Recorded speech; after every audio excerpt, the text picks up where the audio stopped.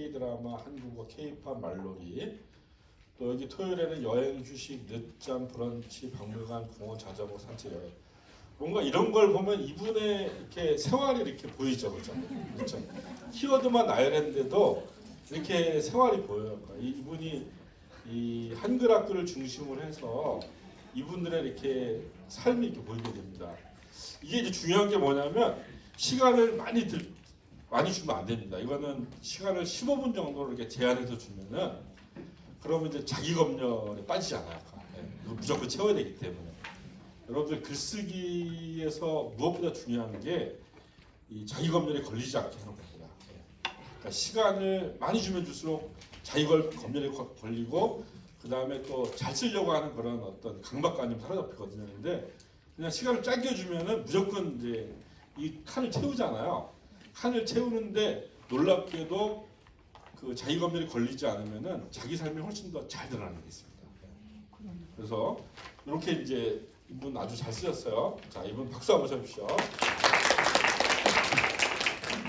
자, 더 보겠습니다. 자, 한글학교하고 국어, 더치어, 책, 방학, 선생님, 집, 영상, 주말, 국어 되어 있어요. 그래서 주말엔 토요일, 땡땡이. 네, 이 땡땡이라는 말을 이 네덜란드에서도 잘 쓰시는 모양이에요. 그다음에 개근, 놀이, 식사, 휴식, 친구, 재미. 영상은 유튜브, 영화, 드라마, 광고, 듣기, 자막, 창의력, 영상 만들기 이렇게 이제 되어 있어요. 그러니까 국어에는 낱글자, 문장력, 단어, 문장 구성력, 듣기, 쓰기, 읽기, 말하기 이렇게 되어 있어요.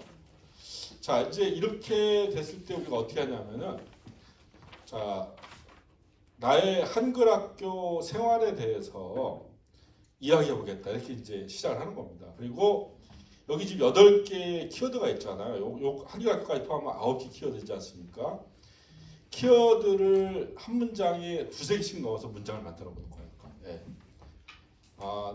나의 한글학교 강의는 주로 주말에 열리고 나는 거기서 선생님으로 뭐 일하고 있다 이런 식으로 이렇게 이제 써보는 겁니다.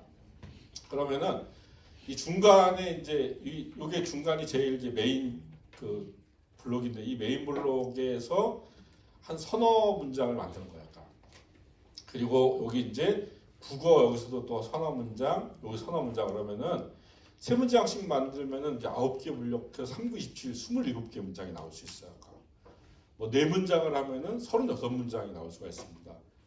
이러면은 이제 처음에는 이렇게 내용들이 일정한 통일감이 있긴 하지만 한편의 글로는 완벽하지 않아요. 근데 이걸 두 번, 세 번 하잖아요.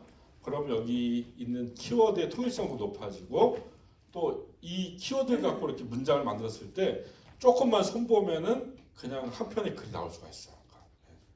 그래서 아이들하고 이제 이걸 해보는 겁니다. 근데 여기에 만약에 한글 단어가 떠오르지 않으면은 영어나 네덜란드를 써도 괜찮아요. 그리고 그거를 그냥 쓰게 하는 겁니다. 그러니까 아이들한테 하나의 문장을 만드는 문장이 이제 맥락의 최소 요건이거든요. 그러니까 문장을 만들게 하는 힘을 키워주게 되면은 아이는 이제 이 문장을 통해서 자기를 자꾸 표현하잖아요. 표현함으로써 어휘력은 따라오게 되는 거예요. 따라오게 되어 있습니다. 자기를 표현하기 위해서 어휘력에 관심을 갖게 되는 거예요. 그렇게 이제 접근을 하시면 좋을 것 같습니다. 이분도 잘하셨어요. 박수 한번 쳐주십시오. 자, 여러분 한글학교 뿌리 한국어 자존감 소통 운영 수업 준비 사람 나. 이분은 상당히 이제 이렇게 어떤 정체성이나 이 존재에 대해서 굉장히 고민들이 많으신 것 같아요, 그죠?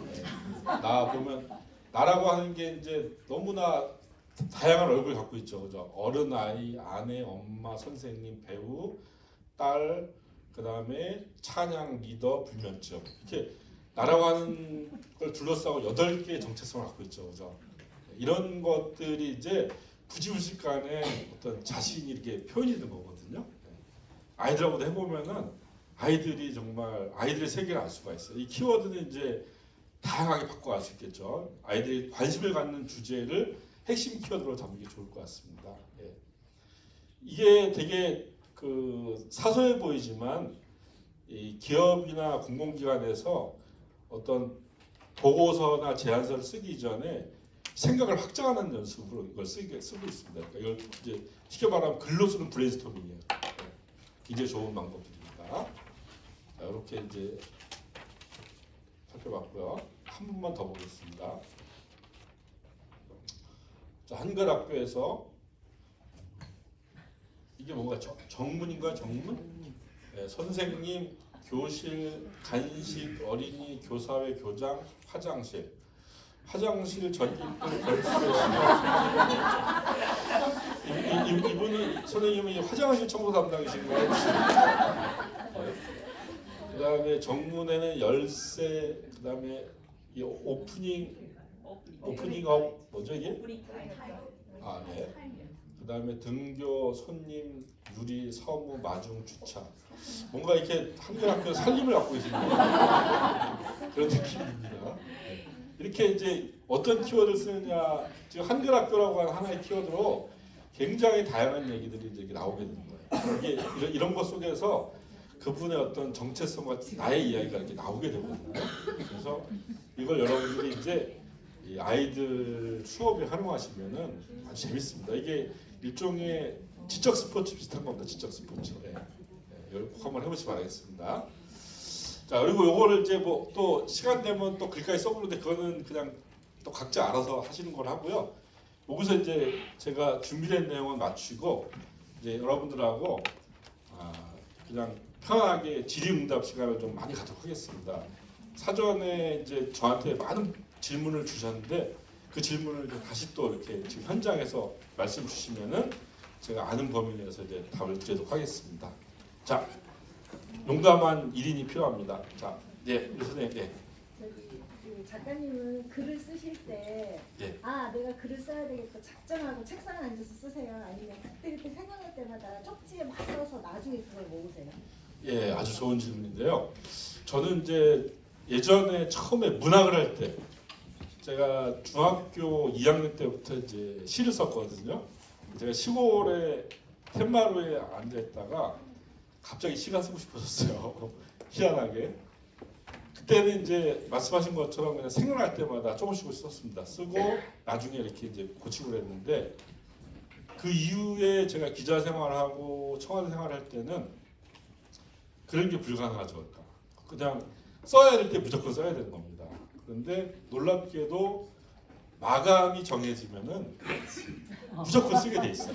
그러니까 이 마감이 정말 중요한 겁니다. 그러니까 제가 지금 책도 여기 오기 전에 책도 하나 마감을 하고 왔는데 그것도 도저히 조건이 안 될 것 같은데 마감이 정해지니까 하게 돼 있거든요.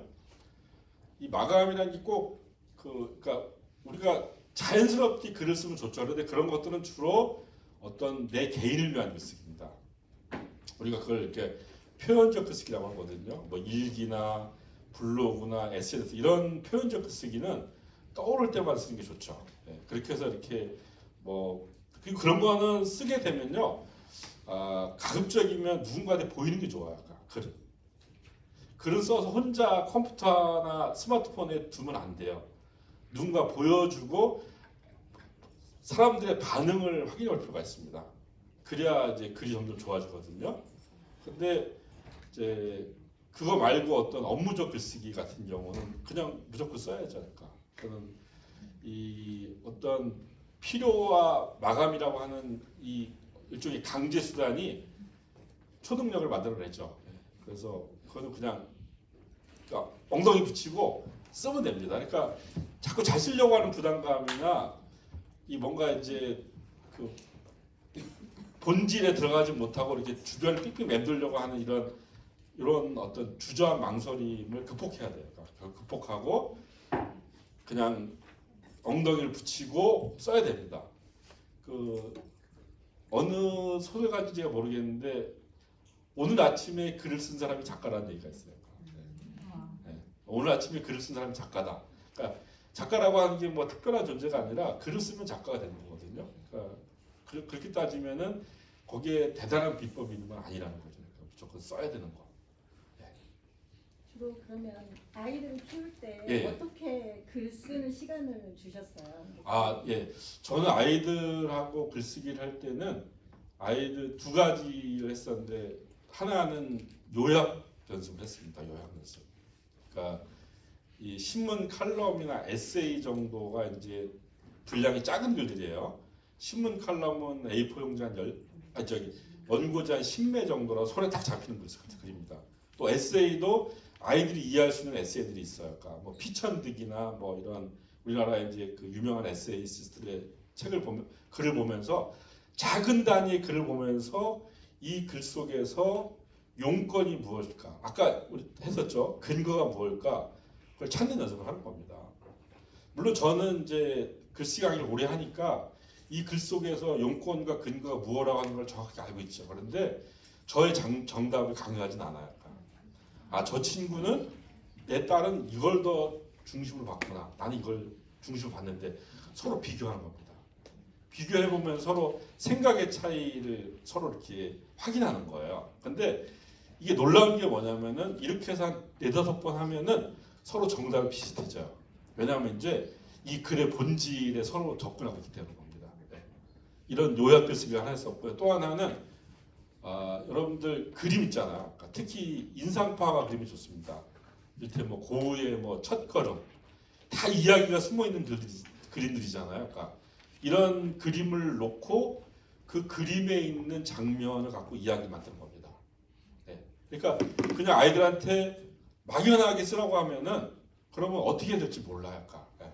그러니까 아이들이 어떤 글을 쓰는데 징검다리가 필요한데 그 징검다리는 하나는 요약, 하나는 어떤 그 그림 같은 텍스트를 보고 그 텍스트에 있는 내용을 묘사하는 걸 하게 하는 겁니다. 여러분들 아이들한테 글쓰기를 할 때 그 주의할 점이 뭐냐면은 자꾸 생각을 쓰라고 하면 안 됩니다. 머릿속에 있는 생각을 쓰라고 하면 안 돼요. 네. 생각을 쓰라고 그렇게 자꾸 하게 되면은 아이의 글이 모호해져요. 모호해지고 발전이 없어집니다. 그러니까 눈에 보이는 걸 쓰게끔 해줘야 돼요. 제가 이제 우리 아이들한테는 하지 않았지만 글쓰기 워크숍에서 어떤 걸 하냐면은 그냥 내 앞에 있는 스마트폰을 갖고 내가 글 써보는 거야. 스마트폰의 모양들, 그 다음에 촉감, 이거를 그러니까 썼을 때 어떤 기억들 해가지고 여기서 쓸 수 있는 얘기를 다 써보는 겁니다. 그러니까 그냥 마치 우리가 이 데생하듯이 그림 그릴 때 이렇게 정물 하나 놓고서 데생하잖아요. 그것처럼 하나의 사물을 갖고 쓸 수 있는 얘기를 다 써보는 거예요. 그러니까 눈에 보이는 걸 쓰게끔 해줘야 돼요. 아이들한테. 네, 자꾸. 그래야만이 아이들이 생각도 발전하고 글도 발전하는 겁니다. 그러니까 절대 생각을 쓰라고 하지 말고 눈에 보이는 걸 쓰라고 할 필요가 있어요. 그러니까 또 이런 것들도 재밌습니다. 이것도 이제 제가 워크숍 때 많이 해본 건데 우리가 나의 하루를 쓰면 어떻게 됩니까? 너무 재미가 없죠, 그죠?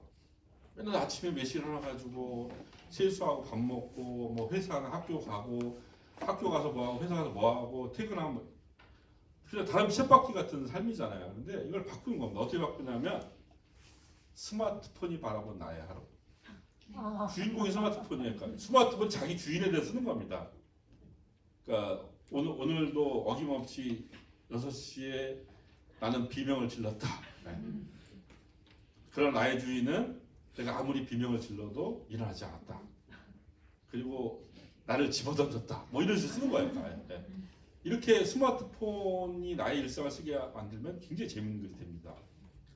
또 하나 일기 같은 경우도 아이들이 이제 일기를 쓰잖아요. 그러면은 다들 부모님이나 선생님들이 이런 얘기를 합니다. 어떻게 너를 이렇게 똑같은 얘기를 매일같이 쓰냐. 근데 아이들의 삶이 그래요. 그렇잖아요. 새로울 게 없어요. 새로울 게 없는데 어떻게 그 아이가 새로운 걸 씁니까? 근데 일기를 반드시 하루의 기록이라고 생각하지 말고 그냥 나에 대한 기록이라고 생각하면은 일요일은 예를 들면 월요일은 우리 가족하고 보낸 이야기, 화요일은 내가 읽었던 재밌는 뭐 책이나 뭐 무슨 뭐 영화 이야기, 수요일은 내가 좋아하는 음식 이야기, 이런 식으로 테마별로 이렇게 요일을 정해서 글 쓰게 만들면은 아이들이 계속 달라지는 게 있어요. 그러니까 아이들한테 글쓰기를 얘기할 때 막연하게 써봐 라고 하는 게 아니라 그런 방법을 갖고 가이드를 줘야 되는 거예요. 그러니까 요약을 하든지 그림을 보고 쓰게 하든지 아니면은 관점, 화자를 바꾸기, 화자 바꾸기거든요. 그러니까 그 일테면은 화자를 바꾸는 방법이 굉장히 많아요. 그러니까 네가 엄마 입장이 되어서 너에 대해 써봐봐. 네. 그러니까 네가 엄마라고 생각하고 엄마가 너의 모습을 묘사한다고 생각하고 써봐. 이렇게 이게 화자 바꾸기거든요. 화자를 바꾸든지 아니면은 요일별로 어떤 테마를 주든지 이렇게 가이드를 줘야만이 아이들이 글을 잘 쓸 수가 있어요. 그러니까 그 방법을 줘야 되는 겁니다. 자, 또 그 한국어 책을 애들이 선택하게 할 때 예. 당연히 이제 원하는 책을 읽게 하는데 특히 한국어 책은요. 예. 그럼 아이들이 자꾸 쉬운 책만 예. 보는 거예요. 그러면 저는 나이에 조금 맞는 책을 읽어줬으면 하는데 예. 그거를 어떻게 추천을 해야 될지 예. 진짜로. 아이에 맞는 책이라고 하는 거는 어머니의 아, 생각이잖아요. 맞아요. 예. 근데 어머니의 만약에 생각. 중학생인 정도 됐는데 너무 쉬운 책만을 예. 보는 것 같아서 예. 이런 그러니까 책을 읽어봤으면 좋겠다. 예. 그러니까 뭐냐면 그게 다 이제 어머니의 생각이거든요. 네. 중학생이면 이 정도의 책을 읽어야 되라고 하는 아니 거는 훨씬 낮아요. 제가 생각하는 건. 근데도 잘 안 가니까. 예, 그러니까 그런 거를 그게 이제 정해진 수준이 있다고 생각하면 안 됩니다. 정해진 수준이 있다고 생각하면 안 되고요. 그냥 아이가 지금 즐겨보는 책이 아이의 수준이고요. 그 수준은 절대 나쁘지 않은 거예요. 그러니까 여러분들 책이 어려운 책을 본다고 해서 수준이 높아지는 게 아닙니다. 쉬운 책을 보되 그 책을 더 깊게 들여다보게 하는 거가 중요하지. 그러니까 이해도 잘 되지 않는데, 그러니까 쉽게 말하면 이 아이가 어떤 지적 능력을 자꾸 이렇게 이제 끌어올리려고 이렇게 난이도가 높은 책을 읽게 하려고 하는 거잖아요, 그죠? 근데 그런 지적 능력이라고 하는 거는 그런다고 이렇게 끌어올려진 게 억지로, 그러니까 억지로 이렇게 끌어올려진 게 아니에요. 그러니까. 예. 그 저기 뭐야 조장이란 말이에요. 조장이 한자어거든요. 조장. 뭐뭘 조장한다고 하잖아요, 그죠? 조장은 뭐냐면 땅에다가 어떤 뭘 심었어야 되는데 얘가 너무 안 자라요. 그러니까 뽑아요. 잘 자라라고. 그런 얘기가 조장입니다. 조장. 예. 그러니까 이 식물도 뿌리를 이렇게 일단 뿌리부터 내리잖아요. 그죠? 뿌리부터 내리고 뿌리가 충분히 내려지면 이제 위로 자라는 거 아닙니까? 독서도 마찬가지예요. 독서도 그 아이가 지금 즐겨보는 책들을 잘 읽게 해줘야 돼요. 그러니까 그리고 그거를 너 지금 중학생인데 이 정도 수준 책 보면 안 되라고 이렇게 하지 말고 네가 지금 보는 책을 부모님도 같이 한번 관심을 갖고 보시면서 그 책의 좋은 점이 무언가를 같이 발견해 줄 필요가 있어요. 그러니까 지금 보고 있는 책의 가치 의미를 발견해 주고 그러면 자연스럽게 뿌리가 착 끝내면은 위로 올라가듯이 그렇게 될 수 있어요. 그래서 절대 조바심을 만화책 그런 걸 많이 봐도 상관없어요. 그럼요. 네. 한국어 책은 좀 쉬운 예. 읽기를 원하기 때문에 예. 밑밥이 많으면 네. 저도 웹툰을 몇 개를 봤는데 웹툰 수준이 상당해요. 네. 상당히 훌륭합니다. 네. 상당히 훌륭하고 그러니까 자꾸 우리는 이제 어떤 고전과 독서를 해야 된다고 이렇게 그러니까 책을 읽어야 된다고 하는 건데 이런 것들이 이제 되게 익숙한 방식이 그렇게 왔어요. 그러니까 예전에는 책 외에는 인생을 시뮬레이션 할 수 있는 다른 수단이 없었어요. 그러니까 옛날에 그렇잖아요. 그죠? 옛날에 오로지 책밖에 없었잖아요. 근데 지금 책 말고 다른 수단들이 많아요. 그 많은 수단들을 우리가 그러니까 부정하지 말고 그런 수단도 이렇게 존중을 해줄 필요가 있어요. 그래서 너무 이렇게 걱정하지 마시고 그 아이가 자연스럽게 한 스텝 한 스텝 밟아갈 수 있도록 해주는 게 좋습니다. 그러니까 절대 부모가 이렇게 좀 뭔가 이 아이를 이렇게 끌어올리려고 이렇게 하는 거가 오히려 이 아이가 책과 영영 이렇게 읽는 신용만 할 수도 있어요. 아이들이 그러니까 읽는 신용만 할 수도 있단 말이에요. 그러니까 점점 이렇게 책하고 멀어지게 하는 그런 안 좋은 패착이 될 수도 있어요. 그러니까 아주 되게 조심할 필요가 있는 것 같습니다. 네, 맞습니다. 저는 저희 딸아이가 이제 책을 정말 많이 좋아하고 네. 글을 쓰는 것도 너무 좋아하는데 네. 이게 이제 혼자서 소설이다 습니다 뭐 이런 걸 막 써가지고 가져오는 이게 이제 한국어가 아닌 언어로 써가지고 가져오니까 예, 제가 예. 어떻게 다 읽어줄 수도 없고 예, 반응을 어떻게 해줘야 될지를 잘 모르겠어서 예. 혹시 이 아이가 글을 잘 쓸 수 있게끔 이렇게 좀 팁을 줄 만한 어떤 뭐 정보가 모아져 있는 사이트가 혹시 이제 선생님 그 네. 요즘에요 딥L이라고 하는 사이트가 있습니다. 어플리케이션 딥L, DEPPL, 딥L 혹은 이제 챗GPT에도 영문을 써서 번역해주라면 너무 번역을 잘해요. 네. 그러니까 그 딥L이라고 하는 사이트는 거의 저기 수준이 거의 그 번역가 전문 번역가 초보 수준까지 해줘요.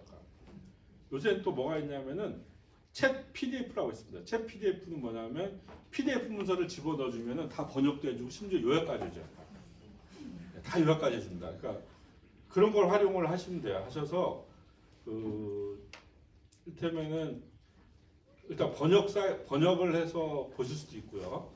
그 다음에 이 챗 GPT가 퇴고도 할 수 있어요. 퇴고도 한다. 그러니까 이렇게 막 문법적으로 안 맞는 글을 집어넣잖아요. 그러면 얘가 딱 그 맞게끔 써줘요. 그러니까 그래서 아이한테 그렇게 챗 GPT가 고쳐준 글을 한번 보여줄 수 있어요. 그러니까.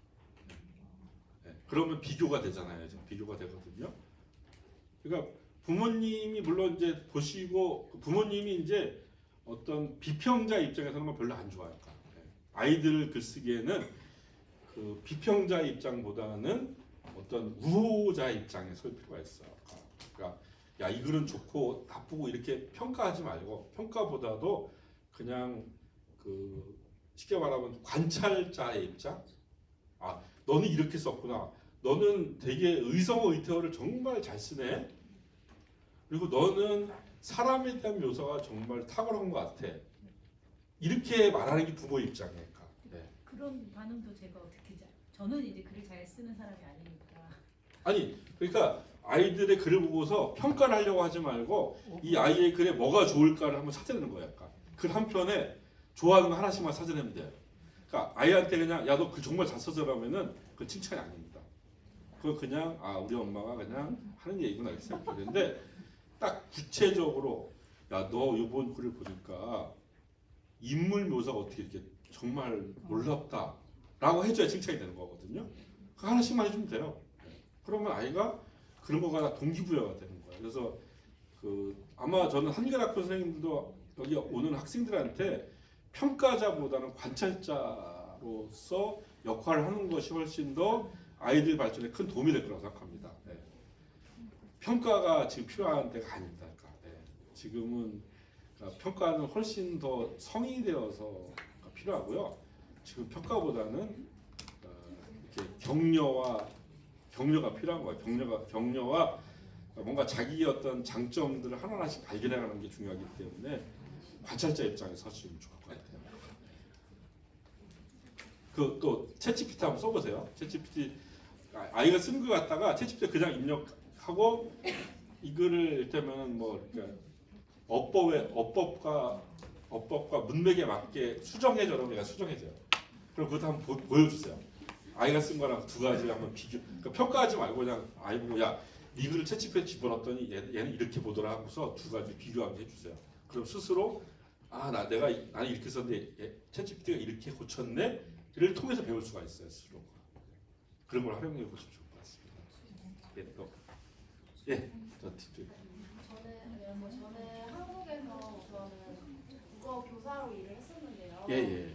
근데 이제 그러다 보니까 이제 고민이 되는 게 뭐냐면 챗 GPT나 이런 제가 에듀테크를 또 공부를 하고 있어서 예.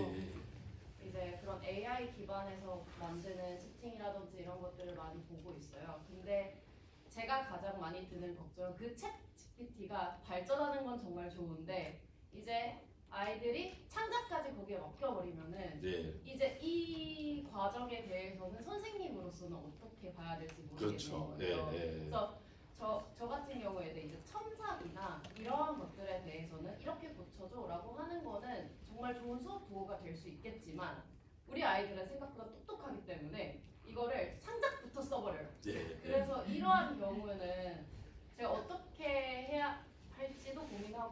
그리고 만약에 그챗 GPT로서 만들어진 글은 표절인지 아닌지 이거에 대해서도 많이 고민을 하고 있거든요. 그렇죠. 네. 그래서 이런 거에 대해서 예, 아주 좋은 질문입니다. 제가 사실은 이제 챗GPT가 나오니까 다들 뭐라 그러냐면은 앞으로 이제 글쓰기 강사 못 하시는 거 아니에요? 챗GPT가 다 하는데 글쓰기 강사가 뭐 필요하겠어요? 이렇게 얘기를 해요, 아까. 근데 저는 이제 그렇게 생각하지 않고 훨씬 더 제가 할 일이 많아졌다고 생각해요. 왜냐하면은 자 이제 초기에 챗GPT가 초기에는 이제 아마도 챗GPT에 뭐 대학생들이 뭐 리포트도 다 챗GPT에 물어서 제출하고 있잖아요. 지금 그렇게 하고 있어요. 다 하고 있어요. 그리고 챗GPT를 많이 써보신 분들은 챗GPT의 고유한 진술 방식을 알아요. 그러니까 그게 드러나요. 그러니까 챗GPT를 그대로 썼구나 아니가 알 수 있어요. 저도 구분을 할 수 있어요. 근데 그걸 많이 안 해보신 분들은 이제 구분을 하기 힘들 거예요. 그래서 제가 대학 교수님한테도 그랬었어요. 교수님 그냥 챗GPT를 쓰면 안 된다고 하지 말고 그냥 챗GPT를 이용해서 논문을 쓰라고 얘기를 할 필요가 있어요. 그러면 이런 경우가 생기죠. 어떤 애는 챗GPT에 나온 그대로 그 결과값 제출하는 애가 있겠죠. 그죠? 근데 어떤 친구는 거기 나온 결과값을 갖고 다시 또 추가 질문을 해서 더 발전시키는 애가 나올 거고 또 어떤 애는 그걸 바탕으로 자기의 어떤 창의적 생각을 또 하는 애들이 나오겠죠. 그죠? 여러분들 자 보세요. 과거의 과학자들이나 수학자들은 뭘 잘해야 되냐면 연산을 잘해야 돼요. 연산. 여러분 아인슈타인이 이렇게 큰 대형 칠판에다가 막 이렇게 이 수식 빼곡하게 쓴 그런 사진 본 적 있죠, 그죠? 과거에 그렇게 했었어요. 근데 지금 어느 과학자, 어느 수학자 그걸 합니까? 전자계산기가 다 하잖아요, 아까. 전자계산기가 연산의 문제를 다 해결해주고 과학자, 수학자는 그걸 바탕으로 더 고등한 수학, 과학의 이슈를 다루잖아요, 그죠? 그렇잖아요, 그죠? 챗GPT가 글쓰기에 전자계산기가 비슷한 거예요, 아까. 네. 그러니까 이거를 어떤 방어적으로 야 챗GPT를 쓰면 안 돼 이렇게 쓸 것이 아니라 챗GPT 쓰라고 할 필요가 있어. 그걸 쓰고 써서 글쓰기에 쉽게 말하면 루틴한 문제들. 얘들이 좋은 점은 뭐냐면 어떤 하나의 이슈를 주잖아요. 그 이슈에 대한 범주 설정을 잘 해줘요. 예를 들면은 그 교포의 그러니까 재외교포 학생들에게 한글 교육을 시킬 때 반드시 우리가 유의해야 할 점 무엇인가를 물으면 얘가 1, 뭐, 2, 뭐, 3, 뭐 이렇게 해요. 범주 설정을 너무 잘해줘요. 그러니까 저도 책을 쓰면서 이제 어떤 이슈를 다룬단 말이에요. 그러면은 예를 들면 뭐 직장 내에서 이 문서 소통이 잘 되지 않을 경우에 무슨 문제가 발생할까요? 이렇게 물어봐요. 챗GPT한테. 그러면 걔가 1, 2, 3, 4에서 뭐 한 6개를 쭉 얘기해줘요. 그러면 제가 그걸 보고서 내가 1, 2, 3을 생각했는데 4, 5를 생각 못했네. 네. 그 챗GPT, 그러니까 저는 제 생각에 한계가 있잖아요. 그러니까 한계가 있고 경험에 한계가 있기 때문에 저는 1, 2, 3밖에 생각을 못했는데 챗GPT가 4, 5, 6을 얘기해 주는 거예요. 그래서 맞아 4, 5, 6도 있었지. 그러면 4, 5, 6에 대해서 제가 또 생각을 해서 보충을 하는 거예요. 그러니까 이렇게 범주 설정을 훌륭하게 해준단 말이에요. 그런데 우리가 이제 그걸 그대로 쓰는 사람은 그야말로 이제 하수죠. 근데 그런 범주 설정을 갖고 자기 생각을 발전시키면은 굉장히 아주 더 좋은 글을 쓸 수가 있는 거예요. 그러니까 아까 번역의 문제들, 그 다음에 요약하는 거, 그 다음에 얘들이 그 간단한 스토리텔링 해주는 거, 범주 설정이 챗GPT가 잘한 것들이 있어요. 얘들이 못하는 건 뭐냐면은 얘들은 저기 검색이 아니에요. 챗 대화예요. 그렇기 때문에 얘들은 저기 정확성을 따지지 않고 개연성을 따져요. 그럴 듯하게 답을 해주는 거예요. 예를 들어서 이제 이런 시험이 있습니다. 세종대왕이 한글 창제에 반대하는 최만리의 상소에 화가 나서 아이패드를 집어던진 사건에 대해서 얘기해줘. 그러면 얘가 써요.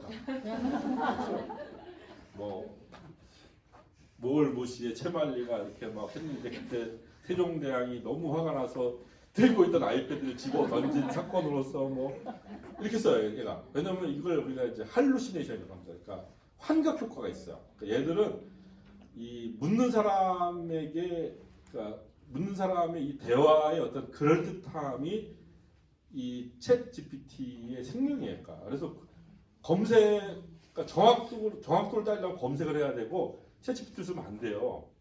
챗GPT는 잘하는 게 바로 개연성이 움직이기 때문에 잘하는 걸 이렇게 활용할 수가 있어요. 그러니까 그렇게 해서 활용을 하고, 그러니까 인간의 창의성은 절대 챗GPT나 AI로다가 손상되지 않아요.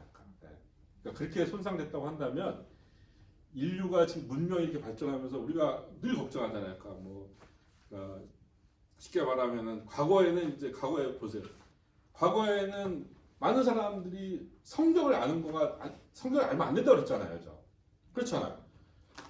사제들만 성경을 알아야 된다고 했잖아요. 그래가지고 이 수도원에 있는 사람들만 성경 보고 신도들은 사제의 말을 통해서만 성경에 접근할 수 있었지 않습니까? 그런데 루터의 종교개혁인 게 뭐였까?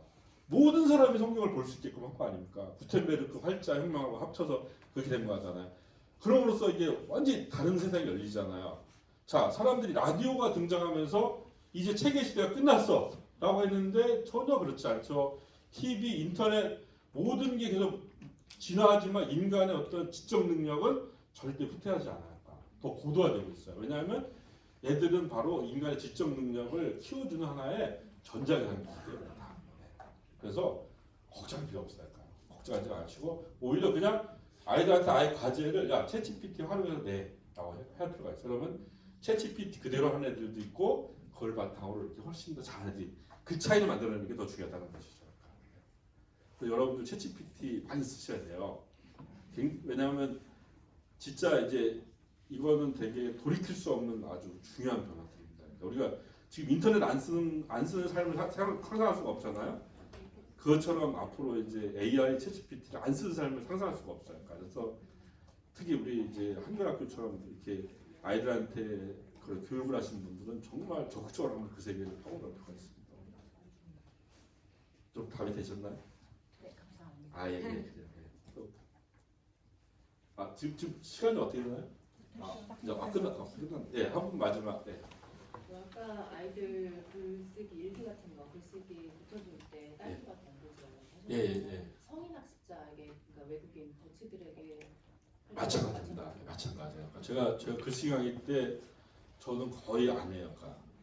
안 하고 한두 개만 해요. 한두 개만 하고. 왜냐하면 성인들 하잖아요. 그러면은 자존심 확 상해요. 자존심 확 상한다. 그러니까 자기가 이게 무슨 문법 틀리고 이런 거는 굉장히 자존심 상해요.